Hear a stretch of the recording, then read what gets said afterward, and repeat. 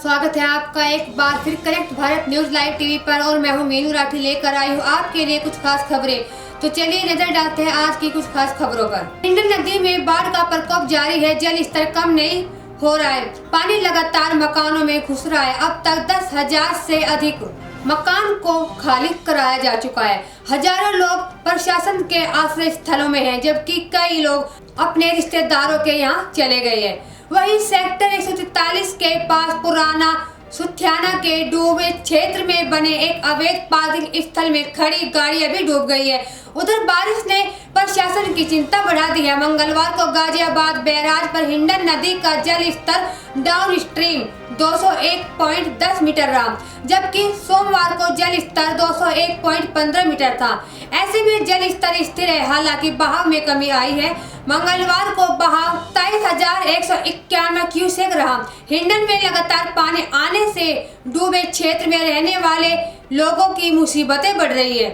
छिजारसी से लेकर मोमनाथल गांव तक डूब एरिया जलमग्न हो गया है। सुथियाना गांव के डूब क्षेत्र के घरों में भी पानी बुरी तरह से घुस चुका है। कुलेसेरा सुथियाना में सैकड़ों मकानों में पानी भर चुका है। सबसे अधिक चोटपुरा गांव का डूब क्षेत्र प्रभावित हुआ है। वहां पर 5 आश्रय स्थल बनाए गए हैं। बाढ़ प्रभावित गांव के 3,420 लोगों प्रशासन के आश्रय स्थलों पर रह रहे हैं। प्रशासन आश्रय स्थलों पर खाना और पानी उपलब्ध भी कराया जा रहा है। साथ ही स्वास्थ्य विभाग की टीम लगातार लोगों के स्वास्थ्य की जांच भी कर रही है। प्रधानमंत्री नरेंद्र मोदी आज दिल्ली के प्रगति मैदान में अंतर्राष्ट्रीय प्रदर्शनी सह सम्मेलन केंद्र परिसर राष्ट्र को समर्पित करेंगे। पीएम मोदी उद्घाटन के लिए आईपीओ कॉम्प्लेक्स पहुंच गए हैं। यहां उन्होंने कॉम्प्लेक्स में हवन और पूजा पाठ में हिस्सा लिया। प्रधानमंत्री कार्यालय का दावा है कि ये दुनिया की अग्रणी प्रदर्शनी और सम्मेलन परिसरों में से एक होगा। इस परिसर में सितंबर में G20 नेताओं की बैठक प्रस्तावित भी हुई है। पीएमओ की ओर से जारी बयान में बताया गया है कि इस परियोजना को लगभग 2,700 करोड़ रुपए की लागत से एक राष्ट्रीय परियोजना के रूप में विकसित किया गया था, जबकि लगभग 123 एकड़ के परिसर क्षेत्र के साथ IECC परिसर को भारत के सबसे बड़े MICE गंतव्य के रूप में विकसित किया गया है।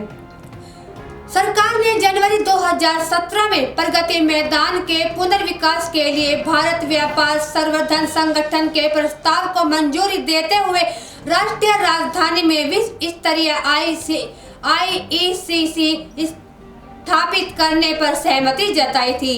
तो वही पीएमओ ने कहा कि देश में बैठकों, सम्मेलनों और प्रदर्शनियों के मेजबानी के लिए एक विश्व स्तरीय बुनियादी ढांचा तैयार करने में संबंधित प्रधानमंत्री के दृष्टिकोण ने प्रगति मैदान में IECC की अवधारणा को मूर्त रूप दिया है।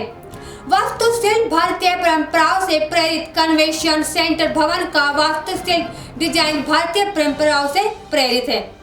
इमारत का आकार शंख के जैसा है। 02 इसरो ये अंतरिक्ष में भारत की उपलब्धि को दर्शाता है।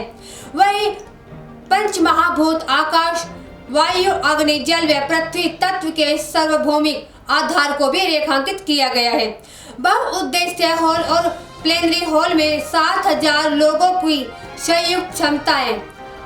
एम्फीथिएटर 3,000 लोग बैठ सकेंगे। वही ऑस्ट्रेलिया के प्रसिद्ध सिडनी ओपेरा हाउस की बैठक की क्षमता 5,500 है। केंद्रीय नगर विमानन मंत्री ज्योतिरादित्य सिंधिया ने छतरपुर जिले के खजुराहो में 2 एसटीओ केंद्र का लोकार्पण किया है। इस मौके पर उन्होंने शीघ्र ही खजुराहो से वाराणसी के बीच विमान की सेवा आरंभ करने की घोषणा की है। सिंधिया ने कहा कि खजुराहो में प्रारंभ हुए 2 फ्लाइट ट्रेनिंग ऑर्गेनाइजेशन में से एक देश का नहीं बल्कि एशिया का महत्वपूर्ण commercial helicopter pilot license training institute भी है। देश के वीर सपूतों को समर्पित 24वें कारगिल विजय दिवस के अवसर पर नमामि गंगे और भारत विकास परिषद आस्था के संयुक्त तत्वाधान में राजेंद्र प्रसाद घाट पर मां गंगा तिरंगा और जवानों की आरती उतारी गई। जवानों पर पुष्प वर्षा करके भव्य स्वागत भी किया गया। तमाम मुश्किलों को पार करते हुए 26 जुलाई 1999 को पाकिस्तानी सैनिकों को कारगिल से खदेड़कर दुर्गम चोटियों पर जीत का परचम फहराने वाले जवानों को याद कर कारगिल युद्ध के नायकों की बहादुरी और वीरता को श्रद्धांजलि दी गई। नमामि गंगे और भारत विकास परिषद आस्था के सदस्यों ने सूबेदार फूलचंद खेदर के नेतृत्व में उपस्थित जवानों को पुष्पगुच्छ व अंग वस्त्र देकर वीर जवानों के प्रति सम्मान और कृतज्ञता प्रकट की। टीम ने गंगा किनारे की स्वच्छता कर राष्ट्र जीवन की संपदन, गंगा राष्ट्र ध्वज, तिरंगा और वीर जवानों का सम्मान करने की अपील की।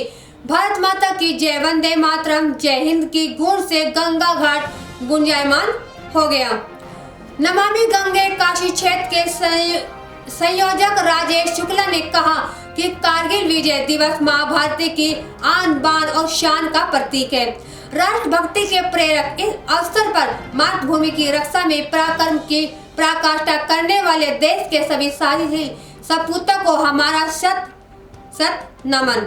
भारत विकास परिषद आस्था के प्रांतीय महासचिव रवि प्रकाश जायसवाल ने कहा है कि कारगिल विजय दिवस पर दुनिया ने हिंदुस्तान का पराक्रम देखा है। बॉक्स ऑफिस पर 11 अगस्त को सनी देओल की गदर 2 और अक्षय कुमार की OMD 2 के बीच बड़ी टक्कर होने वाली है। दोनों फिल्मों की पहली किस्त ब्लॉकबस्टर रही, जिसकी वजह से इंडस्ट्री में काफी ज्यादा हलचल मची हुई है।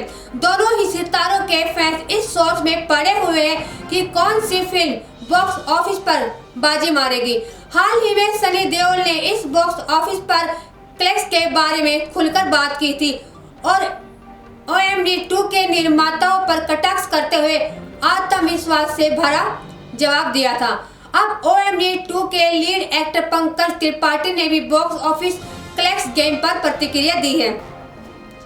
उन्होंने खुलासा किया है कि वे इससे बिल्कुल भी चिंतित नहीं है। हिंदुस्तान टाइम्स की एक रिपोर्ट पर पंकज त्रिपाठी ने बॉक्स ऑफिस कलेक्शन पर अपनी राय साझा करते हुए कहा, मैं सिर्फ एक्टिंग के अलावा और किसी चीज पर ध्यान नहीं देता। अगर 4 फिल्में रिलीज होती है और वे अच्छी जाती है तो वे सब चलेगी। वर्क फ्रंट की बात करें तो पंकज त्रिपाठी जल्द ही पुलकित सम्राट और ऋचा चड्ढा के साथ फुकरे के तीसरे भाग में मुख्य भूमिका निभाते दिखेंगे। ये फिल्म 1 दिसंबर को सिनेमाघरों में दस्तक देने वाली है। इसके अलावा उनके पास अनुराग बसु की मेट्रो इन दिनों में अटल हूँ और स्त्री 2 भी है। दर्शकों को इन तीनों ही फिल्मों का बेसब्री से इंतजार है। तो आज के लिए बस इतना ही। आगे भी हम आपके लिए लेकर आते रहेंगे कुछ और खास खबरें, तो बने रहिए हमारे channel connect Bharat news live TV पर। नमस्कार।